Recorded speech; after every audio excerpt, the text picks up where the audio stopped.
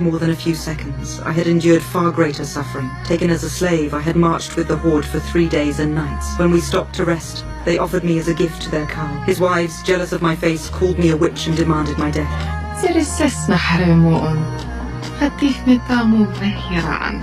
Their envy only piqued the Khal's interest. As he reached for me, I spoke, clearly in fluent Dothraki. أنا داينيريس جافاسكو هي على تاغاريان أتحك محك سوان مالو ساكر ساك خليسي ميرني خليسي من داخل من رويناري ماتاكي خليسي مع فوشي جافوشي بيبارا. Declaring my identity, my words only drew laughter. The Khal sneered, saying that here I was no one, my only value the children I could bear. I insisted again. I had once been the wife of Khal Drogo. At the sound of that name, his expression shifted. Respect flickered in his eyes, but it was brief. He quickly grew cold and declared that if I had been the wife of a Khal, then with his death I belonged in the temple of the Dosh Khaleen, among the widows of dead Khals. Years later, I returned to Vice Dothrak, the greatest city of the Dothraki. The elders accused me of breaking the most sacred law. When Drogo died, I did not return, but instead wandered the world. For that, I was to be judged. The sentence had only 2 ends, life imprisoned in the temple or death. When I stepped outside under the guise of changing clothes, I found Jorah and Daario waiting in the shadows to rescue me. They urged me to flee, but I knew escape was impossible. Tens of thousands of Dothraki surrounded us. I told them I had another plan. The next day, the trial began. The Khals mocked me openly, treating me like an amusement. As their bickering grew louder, I spoke.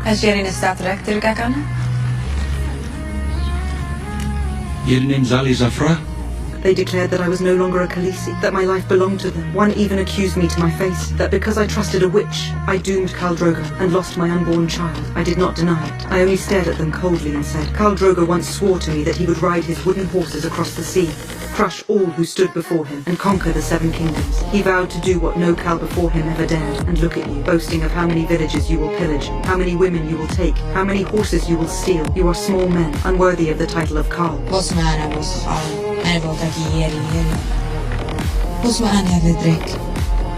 For a moment, silence filled the hall, then fury and mocking laughter erupted. None of them realized this wooden hall was destined to become their tomb.